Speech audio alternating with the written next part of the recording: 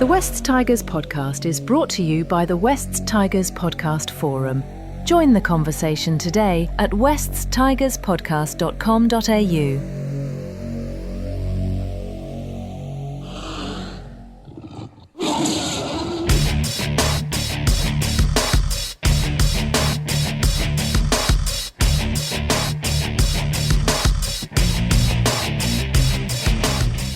It's the West Tigers podcast, episode 445, and oh my goodness, 2 weeks in a row, a post-victory edition. Good times.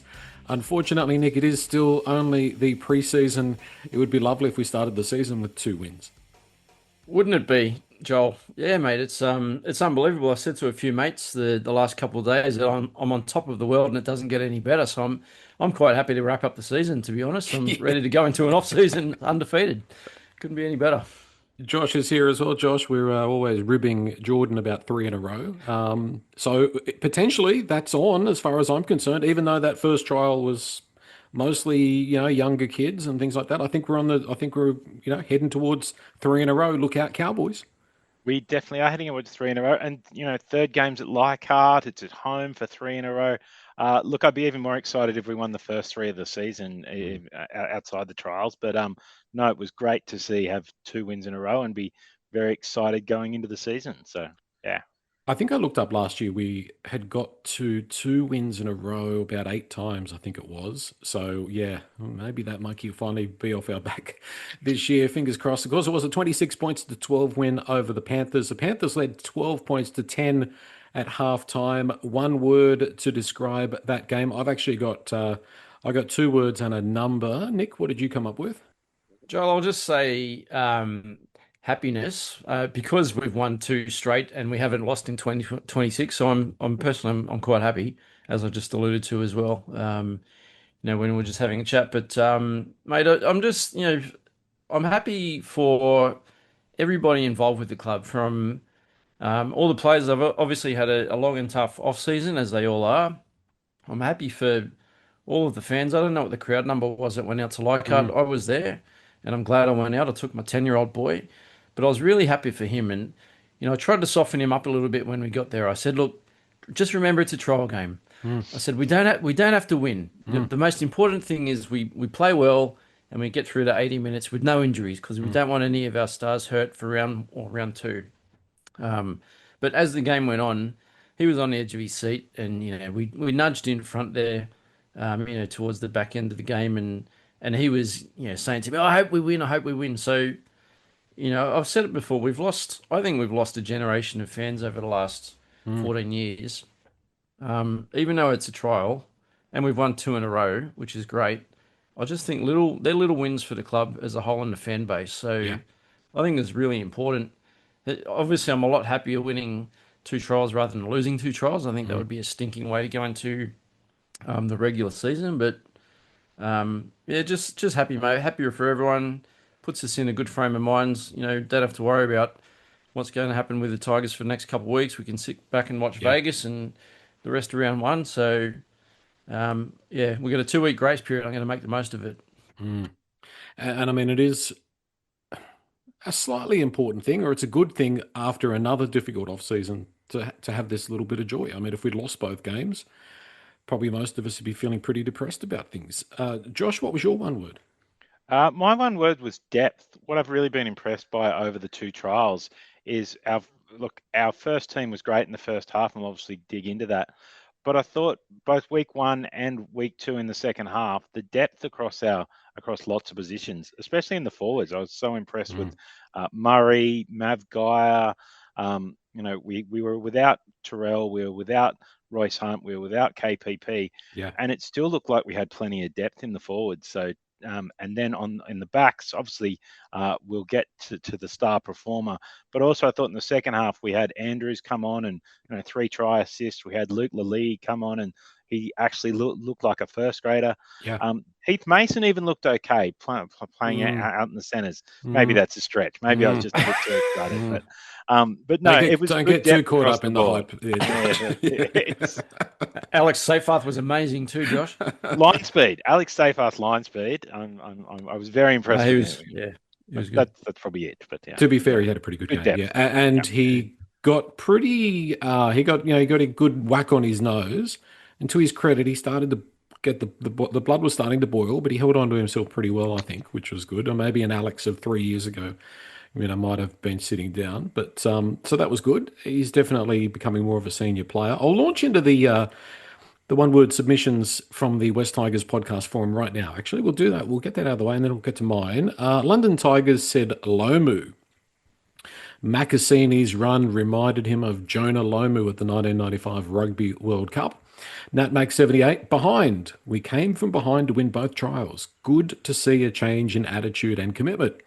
Snake's word was culture. Everybody looks on the same page and played right to the end.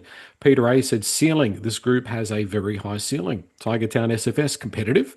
Tigersman depth. We look like we have reserves who will challenge for positions. Tigers do relief, no major injuries, glimpses of potential, some areas to improve, but we've got depth. Mac Tiger potent, both sides of the ball. Mickey B, fitness. I think we're 20% fitter than past seasons. This was mostly evident on our kick chase. I think that's an excellent point, Mickey B. Mike said depth as well. He said we have it. And Teddy S, cohesion. It seems it's here in spadefuls. I've got the number first, and that's the number 8. And that is what I liked was with 8 minutes to go and with the B grade teams on, the defensive resolve was still there. And I really thought that was great. We were going to win the game, but we didn't concede that try and we really, dug in for each other there. So that was fantastic. I've also gone left. So 3 tries down that left side. And what a potent looking left side that is. But last week, Josh, you and I were talking a little bit about physicality, and I said, I hope that physicality is not my word, but it is my word in the positive sense. I thought we really matched it with a pretty close to full strength Penrith team. Is what we saw in that first 30 minutes what you were looking for and a sign of how far we've come, do you think? Joel, I think it is. I was really impressed, as you said, with the physicality. I thought the forwards, as I said before, missing a few stars. Our forwards really aimed up. They looked stronger. They looked quicker. We looked to be really winning the tackle, which even when we won last year, we didn't really look like we were actually winning the tackle. But on Friday night, we definitely looked like we were winning the tackle. I said last week I wanted a really good first 30 minutes, and I thought the team gave a great first 30 minutes. They were in the game. I think we were down 12-10 at half time, but but that's fine. And then I was hoping we'd run away with it in the end, and we did. So I was really impressed all night. But yeah, the physical strength, I think, against the Panthers and the defence I think at one stage early in the second half, the Penrith had 1 tackle in our 20. Yeah. That's incredible. That's like, even when we're doing well in games, usually it's kind of we're holding on, but we were keeping them from even getting into our 20, which I think was that was what really impressed me with the defence and the line speed across the board. The yin to that yang is our red zone attack. We'll talk about maybe a little bit later. But I'm going to stay with you, Josh, as well, because we did also mention last week, you brought the point, it's time for Fanua Pole to stand up. And we talk about physicality. I thought he was the difference. I know Macassini's, awesome display out on the wing, but I thought what Fanua brought was fantastic. Well, I thought I thought we'd cause some problems there, Joel, because he was dumped to the bench from the start, and after we talked about him having to own that first 20 minutes, but he came on and really dominated in that front row. I think he made 1 error with the hands, but it's a trial. Yep. He made lots of meters. He was really strong. He was palming guys off. He was pushing them off. We asked him to stand up, and he stood up on Friday night. So I think got to be really happy with that.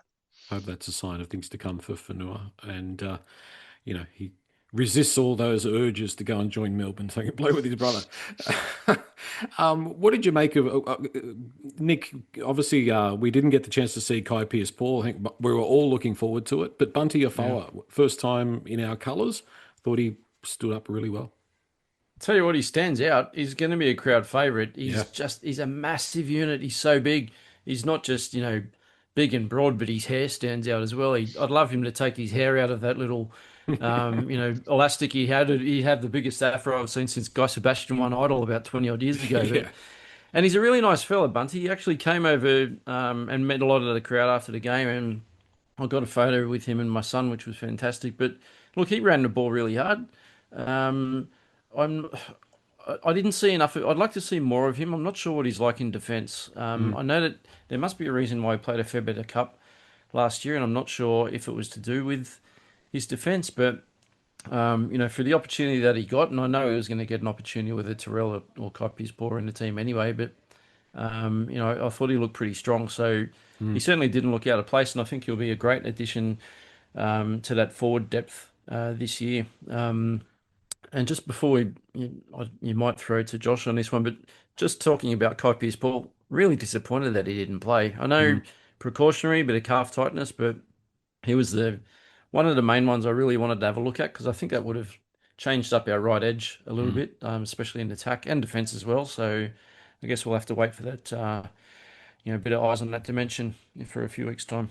I thought the right edge was probably the area we struggled in that first half. Like we had Sione Fainu out there, and I think he's a middle. I don't think he's an edge player. The couple of times he was on an edge last year, he struggled, and he did miss a few tackles out there. It is a weak, and as you said, it was why we brought KPP in. We didn't like Seafarth on that right edge. Sione Fainu, as I said, has tried a couple of times. He just doesn't look quick enough or agile enough on the edge. I mean, I think he's good in the middle. Yeah, it's not an effort thing. It's just a no, size. it's just size and speed. Yeah.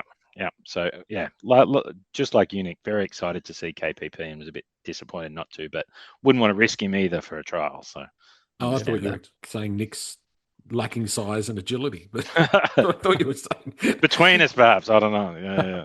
I think Bunty last year was probably he turned up at West Tigers at 130 kilos apparently. So that's probably his fitness was, and he played pretty big minutes for us. So if you think about having that. Look, the thing too that has to be factored in is there was no Royce Hunt, there was no Terrell May. I mean, our forward leader was not there. Terrell May, come on. Kaipi's Paul, Latu, Skelton. I mean, there was a fair few players sitting on the bench, sitting unavailable. So I thought they all counted for themselves quite well. We're obviously going to talk about Makasini. You could talk for 45 minutes just on Makasini, but I thought we might have a bit of a look at the halves. Doueihi, I thought his kicking game was pretty good. I mean, he certainly gets onto those bombs. I think Luai looked more comfortable just playing on that left edge at 5'8", just doing Jahream Luai stuff. What did we think, and what did we think of Jock Madden? Nick, are you in the camp that just sort of thinks that Doueihi's just got to get that role and just stay there, or do you think that there's going to be some chopping and changing and Jock's going to be part of it? Or do you just get Jock to run the State Cup team and New South Wales Cup team? I would. There's arguments for both combinations, and there's also arguments, I guess, for giving Latu a chance when he's ready to go. But you'd 100% start with AD. The thing I like about AD, I mean, you can't beat his long kicking game. And those towering bombs that he puts up, I don't think we've got anyone else in the squad that can do that, and that's a real asset. It's not quite, but it's on the sort of path of a Matt Burton in terms of what he can do damage-wise with his long kicking game. Also, what I liked from AD, what I saw on Friday night, was the way that he runs at the line. He looks quite damaging, especially when we're in that red zone, sort of within that 20 metres. I know he set up that try for Jahream, where he sort of ran to the line, spun in the tackle, and threw it out the back to Jahream, who scored. Went in the first half. I think that was our first try. He did another one similar to that in the first half, where he didn't throw the ball and he kind of got caught. And I think he might have had an overlap outside of him, because I heard a few people around me saying that was selfish of him. Yeah. But again, it's a trial game, so I'm glad that AD was running to the line and showing what he can do attack-wise. Look, Jock's a different player. Jock is a real managing halfback with a good structured kicking game. I think he knows when to kick to the corners. He knows, when to put the cross kick, and those attacking opportunities in. He's got a decent grubber, but for me, he doesn't look like a quality NRL halfback. He just looks like a good, solid half. So for me, Jock is a backup. I'd run with AD. And I'd hope that Latu gets some opportunities during the year, even if it's off the bench to begin with. But I'd love to see Latu injected into some games as the season goes on. Whether it's at 13, whether it's in the halves if he gets an opportunity, I don't know. But we've got some options, which is good. And that goes back to that conversation around depth, which has improved a lot in the last few years. 100%. Yeah, yeah. I think Josh, with Dewey, he is primarily an attacking player. It feels like every time he gets the ball, he wants to sort of, get us to a chance to score points. And I thought some of the stuff he did in the red zone was pretty good on that right edge. Big body and, pretty hard to tackle. But probably not that tactical side of the game that Jock Madden brings. Like it's an interesting dynamic, an interesting point that Nick makes. You could go for the more traditional halfback that steers us around the field, kicks to the corners, supports Jahream Bula in that way, or you've got a guy that's a attacking threat, big boot. Like they're very different, aren't they? They are very different, and I think it has to be Adam's jersey to lose. I think, as Nick said, he runs well, he kicks well, and he talks the team around the park well. Like Adam has personality, and in your halfback, you definitely need that. I'm a bit worried about those outside back, like on that right side with Toa and Taruva out there. They are strike players. I don't think they're going to get a lot of strike ball this year. It's Yeah. the problem outside Adam. Madden, I think the teams that win the comps often or are in the finals or top four often have a great backup halfback. And I think so having Jock there is, really important for the club. If someone does go down, he's there and come in and steer the ship. Latu's the interesting one. I don't know where he kind of fits. I would imagine he's going to come off the bench and play lock and hooker this year once he's back fit. Well, hopefully he gets back fit. He's kind of been a bit injury ravaged, but yeah, Adam, I think, is the right player, but he does kind of leave his outside men getting a bit of a cold sometimes. So be interesting to see how he works on that over the year. Credit to him, though, he did make some important tackles. He was good defensively. Also, speaking of defence, like so did Toa. I think a little shaky at times too, but first game back as well. But I still think Stafford Toa's not 100%. He just looks a little bit off. I don't know if you guys agree with that. He's just a bit. It's just not quite him. We had that arm taped up still from top to bottom. Like, I mean, if you're doing well, that's a lot of tape for a guy who's okay. So, yeah, it'll be interesting. I mean, I think they kind of decided not to operate and let it recover. But, it is in the high pressure of an NRL season. If you're coming in with an injury to start the year, that makes it a long year. Yeah. 100%. Yeah, you want to play Stafford at his best. When he's at his best, he's damaging. He's as damaging a ball runner in the outside backs as most.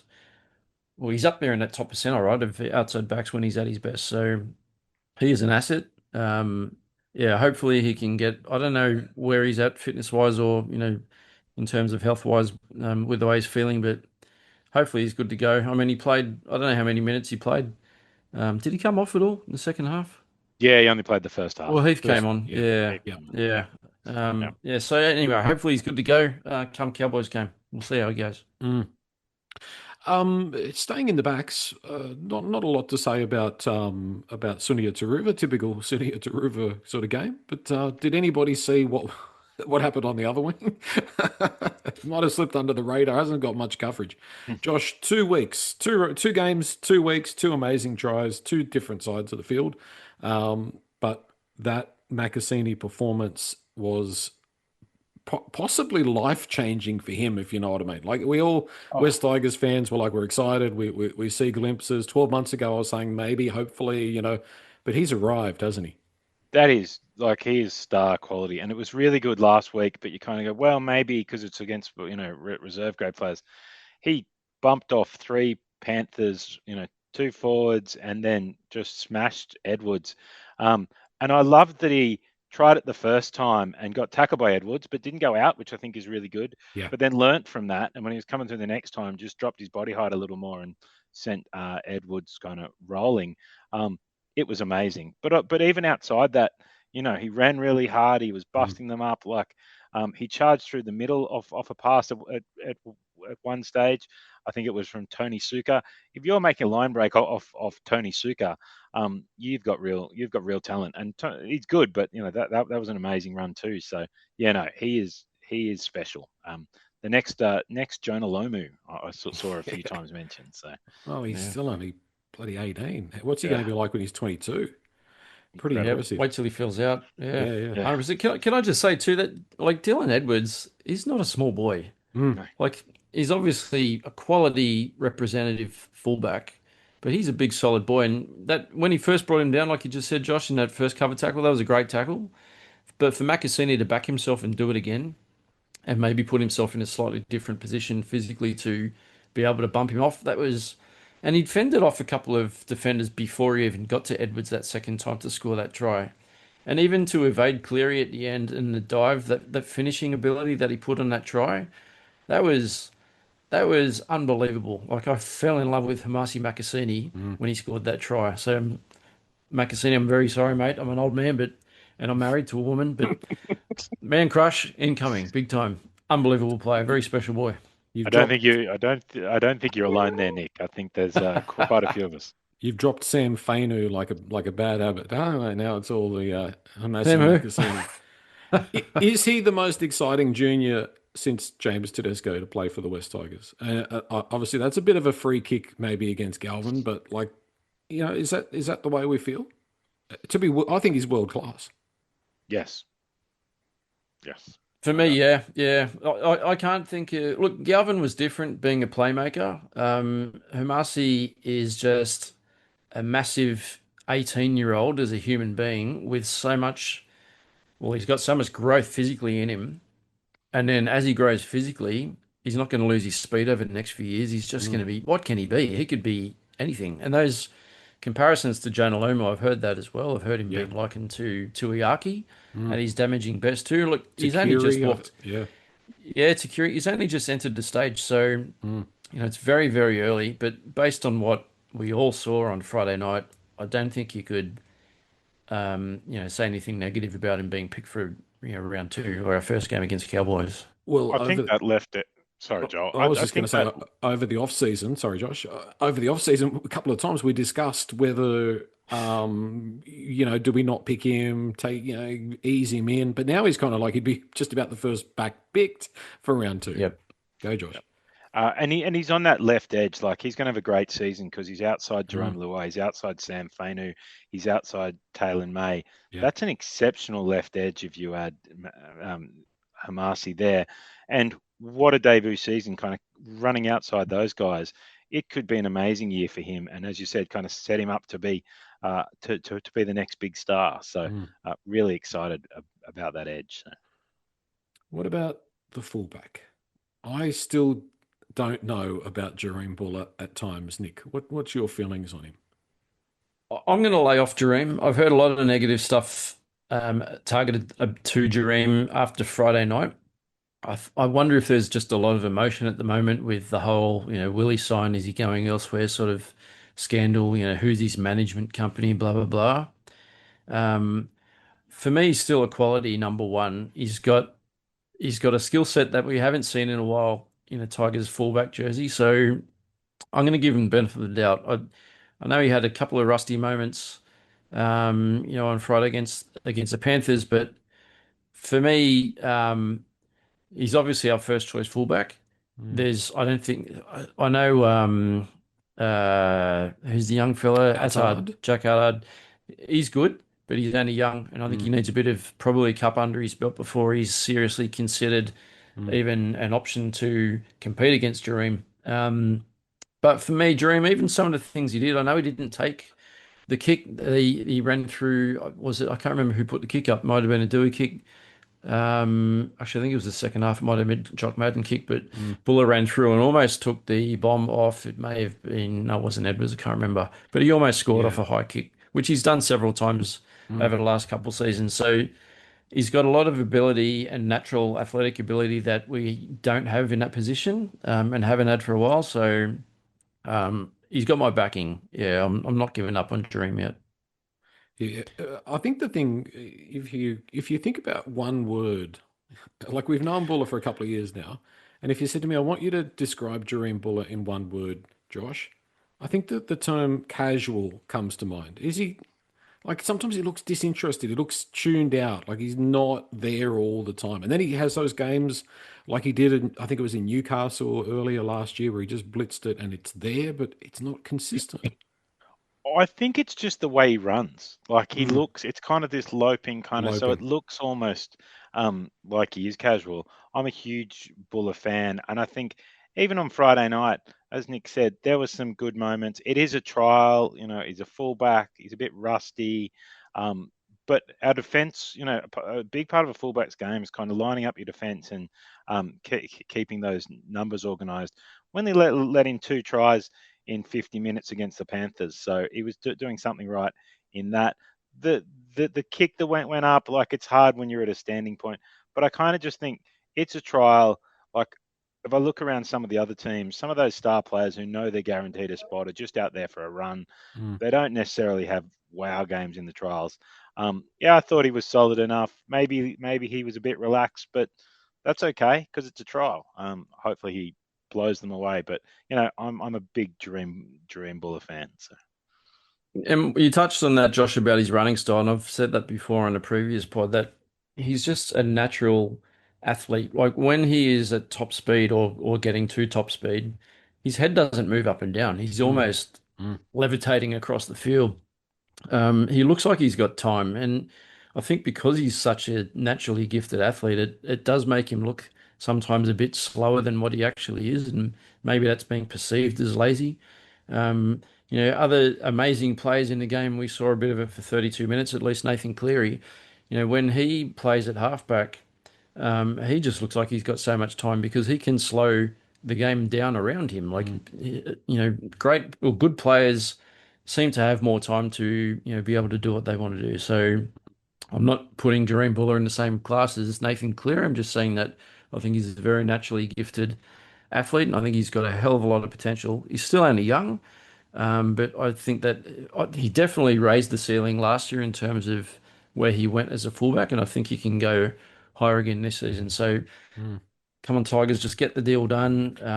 Or Jahream, put your finger out of your butt. I don't know what it is, but we just got to get that wrapped up so we can get on with it. What are you paying him, Nix? What's he worth? It's a very good question because what's he on this year? He's on the 850 or 900? Like it's pretty high, isn't it? So, I mean, if you bring the number down, he's probably going to leave, knowing what Isaac Moses is like. But to be honest, he's a quality fullback, so he's probably going to be up over 800, 850 anyway. So, how much have we got in the cap? I don't know. I don't know where we're at financially. I have to speak to the financial advisor first. Well, Josh is clearly a massive fan, so he's just going to write him a blank check. Is that right? look, Keanu Kinney got almost $1 million at the Gold Coast, and I'd rate Buller above him moving forward. So, look, I just want him to get the deal done. I think if it's 950,000 versus 975 or something like that, like 50 grand, you can shave that off about.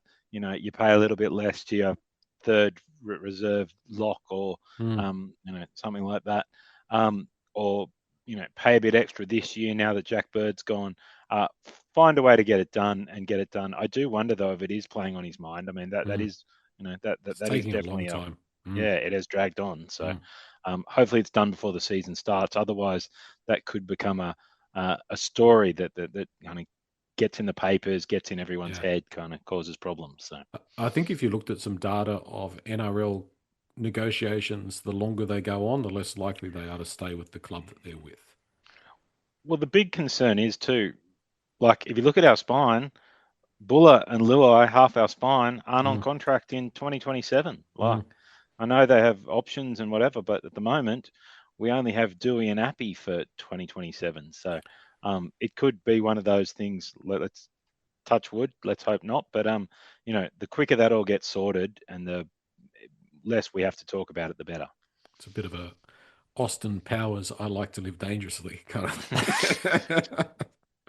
Romy's not going anywhere. Yeah. Romy's not going in. He's just gone and bought tiger print headgear. Did you see his headgear? That looked pretty cool. Black and orange stripes. Yep. One other back that I thought we'd have a quick chat about because really there's not a lot to talk about. Patrick Herbert, he got a fair bit of game time. Josh, it was the same as last week. It was okay, but not flashy. Yeah, it was okay, but not flashy. That's probably where he is. I did see someone mention it, and it does make sense. He hasn't played since 2023. That's 3 years since he's played an NRL game. He's been playing a bit of local footy, but that is a long time to get back up to that level. So I'll give him a pass. He'll go and play some cup for a few weeks. Yeah, as you said, it was solid. It wasn't flashy. I did hear they mention on commentary that when he was in the NRL, he was the strongest bloke in the NRL. So I was surprised by that. But look, it was solid and it wasn't flashy. But perhaps that's what we can afford and what we're after in the back. So that's what you want from your backups is reliability. Yeah. Okay. What about the 13 jersey? Alex Twal has cemented, welded, glued himself into that 13 jersey to start the season. You'd be pretty shocked, Nick, if he's not at 13. I'd pick him. I love Twiley. I think he improved a lot last year, and I think he'll improve a lot more this year as well. So I thought he was pretty strong the other night. I thought he was good. Yeah. Yeah. I mean, we all know what he's like defensively, but I think he's adding a little bit to his game attacking wise too. So I know he's got a reasonable offload and passing game now.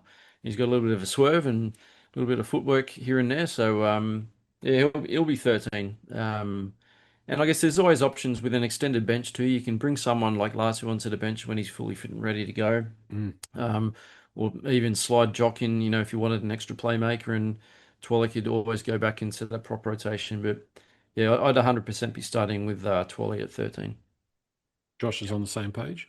Yeah, 100%. What I did notice too is you just couldn't put him down on Friday night. Like I think every play the ball, he ended up standing at the end of the tackle. Like he was so strong, and he did chase down that kick. I mean, he showed actual speed, which is probably the first time I've seen that from Alex Twal. So no, I think Alex Twal is the 13. Lock it in. So. Lock it in, for want of a better term. Yeah.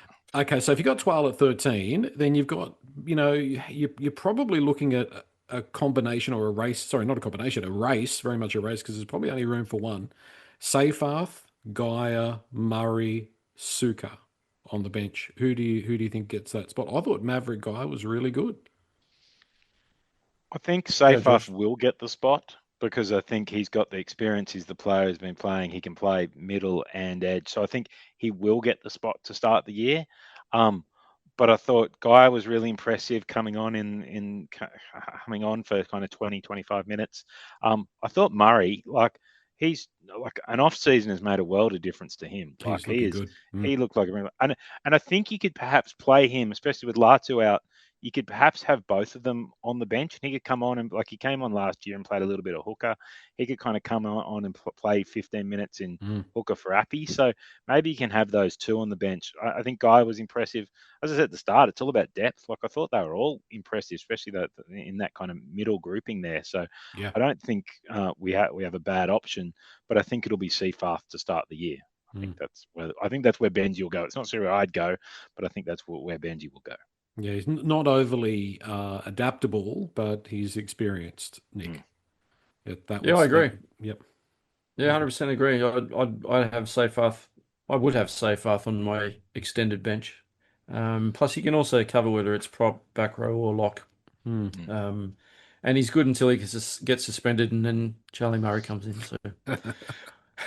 What about hooker? There has to be a discussion about hooker. Obviously, Appy's copy-paste. You know what you're going to get out of Appy. Hope played there a little bit. Haywood came on. I thought he played well in that second half. What's it going to look like? Are we any clearer around what the reserve is going to look like on that bench? Is it going to be, as you were just saying, Josh Murray, do you think? Or there will be room for probably unlikely Haywood to get a role in round 2? Do you think Hope's going to feature, or you just keep Hope in second in New South Wales Cup? What are our other options, I wonder? I would not have Hope. As I said last week, no Hope, and I think he was a little better, but it just doesn't look like a first grader to me. I was unimpressed again. I think Murray can play a little bit of hooker.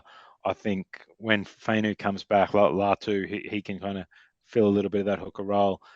The other option is can Jock Madden, gives you back up in the halves and then plays, he's only got to play 10, 15 minutes at a hooker. It's not a heap. And he's a strong guy, good pass, good runner. Not sure whether he's played much hooker before, but I think Haywood is young and probably it's too much to start the season with him off the bench. And he needs minutes in New South Wales Cup. I'd probably have Hope on the bench of New South Wales Cup and have him out there. yeah, I think it'll be Murray playing those minutes for me just because he's been so impressive. But yeah, but it could be Madden. That's the other option. Those are the two for mine. Mm. I'm really But interested in that round, what that round two bench looks like. Mm. Sorry, Nick. no, I was just going to say, in another 12 months' time, I think Jared Haywood is 100% the guy that you're putting behind Appy to back him up and play, maybe 20 or 30 minutes when you're bringing Appy off for a rest. He's another one, Haywood, that from the very limited amount of time I've actually watched him play, um, looks quality. He didn't look out of place. I think as the long season goes on, and maybe a bit underdeveloped at 18, that might come back to bite him a little bit. But obviously, with a bit more time and development, I think the sky's the limit for him. He just looks class. Just the way that he runs and follows the play, the way he delivers from dummy half, the way he barks orders as well. I've seen him talking to the boys. I think he's 100% the direction that we're going to go. And I think he will be Appy's understudy, before too long. So I'd love to see him get a bit more time, but probably towards the back end of the season. Not sure how soon we'll see him, but he wouldn't look out of place. I just don't know how many minutes he could play week in, week out at NRL at the moment. Well, I was disappointed when we lost Talon de Silva, but I'm pretty Yep. happy with what I'm seeing there. So Oh, yep. maybe over the long time it'll prove that was the right decision to make. In years gone by, when we've gone along to a trial match and we've had a similar situation, we've matched it with another team for 30 minutes, and then we've run on our lesser players in the second half and sort of typically struggled, I would say, as a real sort of blanket generalization. But I thought we got better as the game went on, when the young players came on, and especially I've got to say Attard impressed me again, but Javon Andrews, how Yep. good is Javon Andrews, Josh? I could see, maybe I'm wrong, people might say no, but Cody Walker. Oh, he had great hands, great kicking. He knew how to create some space and create opportunities. I thought that was like he did it a few times last week, and we talked about he didn't really run, but this week he ran as well. And yeah, he was really impressive. And you kind of look um, into that reserve grade or those backups. You've got Attard at fullback, Andrews at 5'8", Haywood at hooker. We've got Latu coming back. That's a really good spine.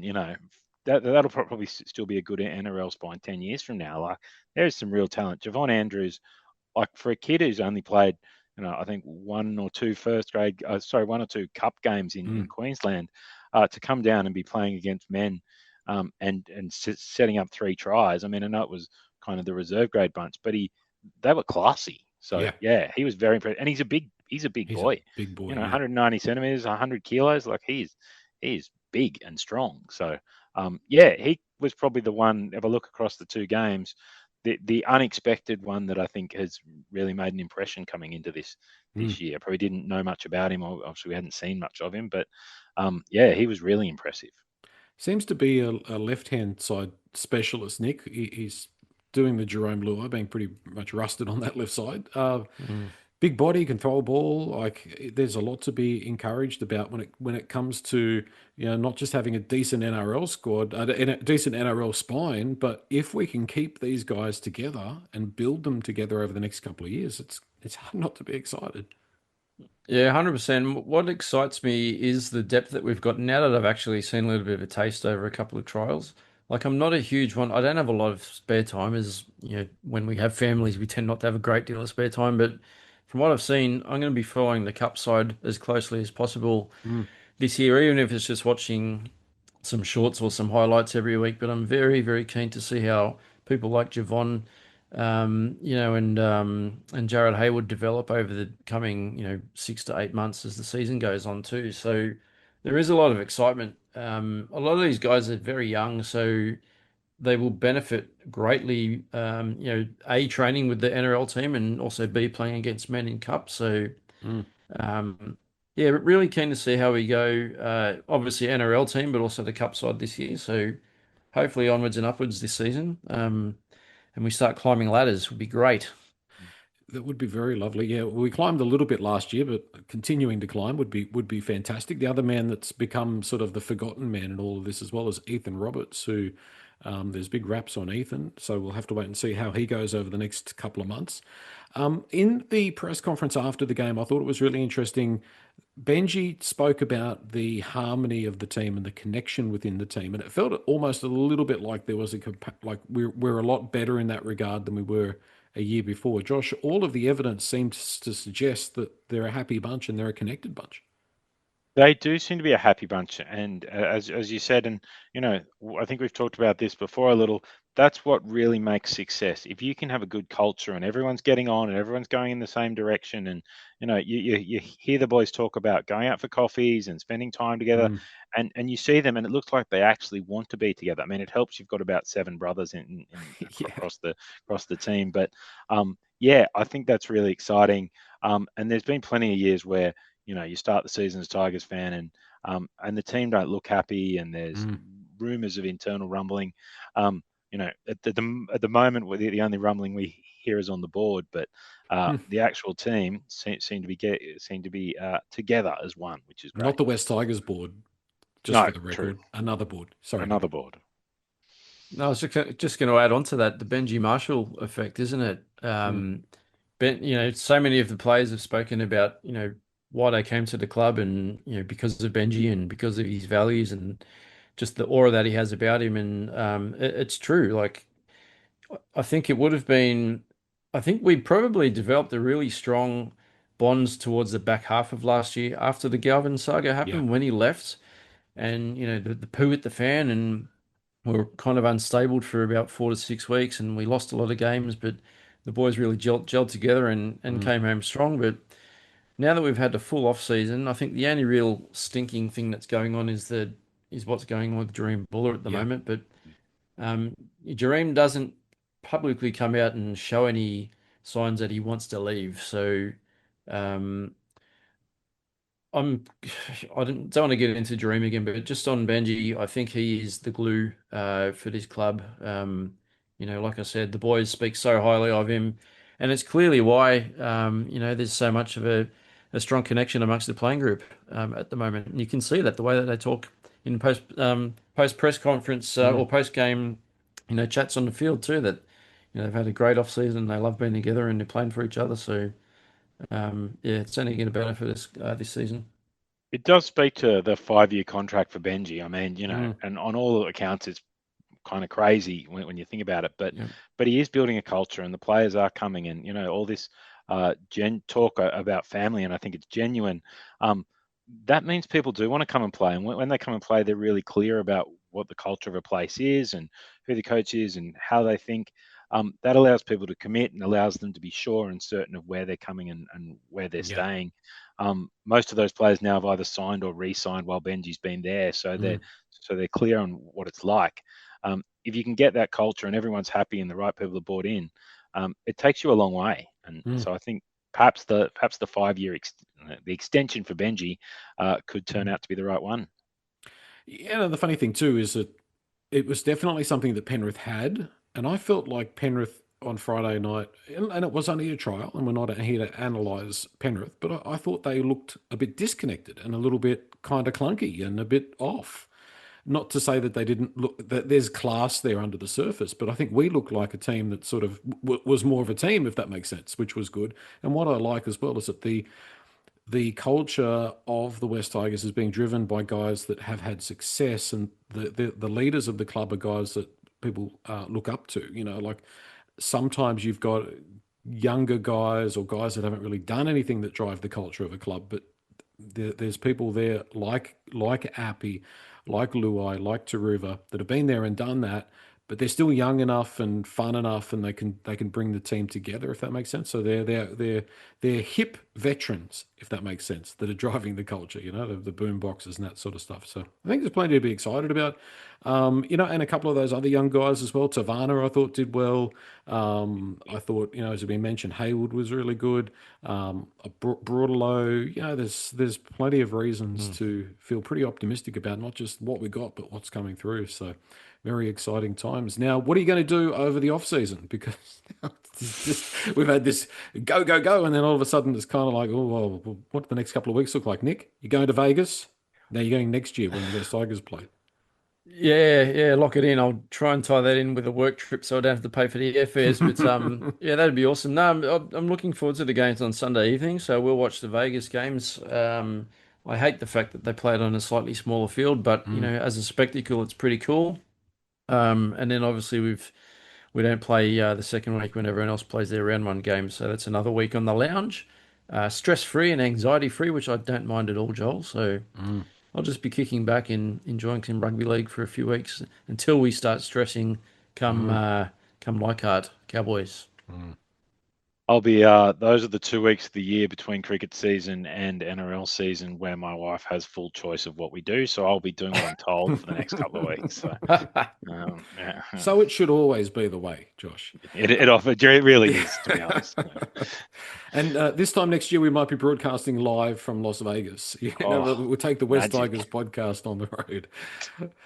All right. That's a very good point, Joel, because like I said in our chat during the week, if we can get the YouTube subscriber count up, maybe that can fund our Vegas trip. And I'd love to do that for our fans. I'd love us to all go to Vegas strictly for work purposes and do our best to bring some good West Tigers content back to the West Tigers podcast fan group. I think Nick very subtly gave us all a little tip to hit that subscribe button. And don't forget to join the conversation as well, West Tigers podcast forum as well. So, we get on there and let us know what you think about all the things that are happening around the West Tigers all of the time, including those live match threads. Get in the habit of putting your one-word submission in so you get mentioned on the podcast and all those things as well. Thank you, boys. We'll reconvene, I don't know when, because there's nothing really happening now for a couple of weeks, but we will be back. Nice. Look forward to it. Thanks, Joel. Good on Josh. Thanks, Joel.